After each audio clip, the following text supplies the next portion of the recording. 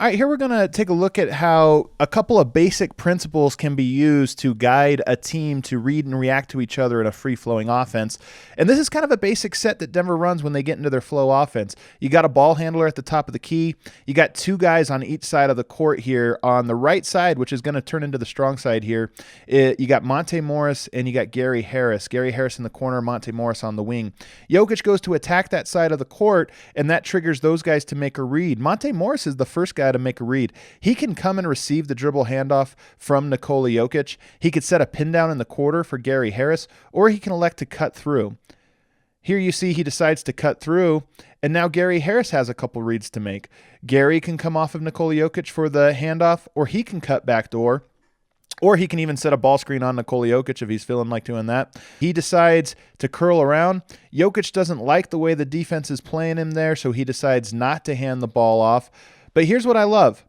If we rewind just a little bit, watch Monte Morris's man. His defensive assignment goes from denying the pass, denying the cut, and then look, he's in help side here. When he sees Jokic does not hand it off, he goes to check out of the paint so he doesn't get a 3-second call. No sooner does he do that Jokic delivers a nice dime right on the money in the paint. Tight enough window for Gary Harris to be able to score there. The timing is so important here, but this is three guys all read and reacting to each other on the same side of the court while the other two space. It allows a perfect opportunity to score. Here's a little bit more of a complicated one where there's a few more opportunities than the last one. Same spacing. You got a guy at the top of the key and then two guys on each side. The left side becomes the strong side since that's where the action was initiated. Jamal Murray can receive a dribble handoff here, but he's already sort of in the motion. He either is going to set a pin down screen in the corner or fake that and then short slip towards the basket. You can see he goes to set the screen but then slips. Doesn't really fool anyone. And now Monte Morris has a decision to make. Now that he sees Jamal Murray slipping, he can sprint up and receive the handoff from Mason Plumlee himself. He can cut back door if he thinks the defense is overplaying him. As he comes up to make his move, Mason Plumlee decides he doesn't like what he sees. He's going to go to the other side of the court. As soon as he turns his head, that triggers the action on the other side. Trey Lyles here can either sprint and receive the dribble handoff from Mason Plumlee. He could set a screen on Plumlee. He could set a pin down in the corner, or he can cut through. The default action is sort of to cut through. That's the one that gets the defense moving the most and changes everyone's assignment. So that's what he does. He cuts through, and now you've got Malik Beasley sprinting up from the corner. And Beasley has a couple options. Namely, he can receive the dribble handoff from Mason Plumlee, or he can cut back door. He starts the sprint. He does a great job of all the little pieces matter for getting your defender off balance just a little bit.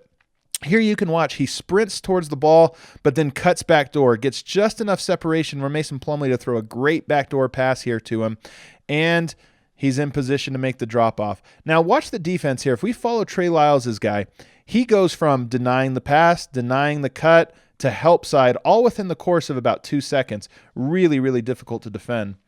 This last example shows you how in a free-flowing offense, you can make reads and reactions even off of offensive rebounds under a tight window. Here, Jokic takes the three, doesn't work out. He tries to attack a scrambled defense, doesn't like what he sees. So they reset, and look at how quickly they're back into the floor balance. Two guys on the left, two guys on the right, ball at the top of the key. The left side runs a little action here. Jokic doesn't like what he sees, so he decides to reverse the floor. And as he reverses it, he's expecting Juancho Hernangomez to do something here, either cut through or set a pin down screen or come and get the ball, because he actually doesn't realize, if you know, rewind just a little bit, we see Juancho actually just cut to the top of the wing. So as Jokic, he's expecting him to cut, but he doesn't. No biggie, just keep the ball moving. He gets it to Juancho. Now Juancho has a couple reads to make. He can use Jokic for the pick and roll and attack the middle of the court. He can swing the ball, because if you look, Trae Young has really helped over here, so he can reverse the ball and let Monte attack a defense that's out of position.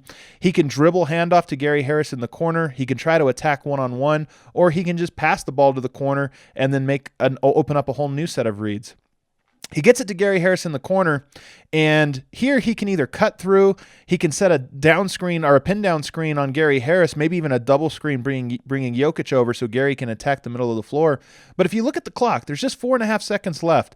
So what Juancho does instead is he provides a little space. He sees Jokic coming over, he accepts that flare screen, and here's what's so cool about this play. Watch how the defense is caught off guard by Jokic's screen there.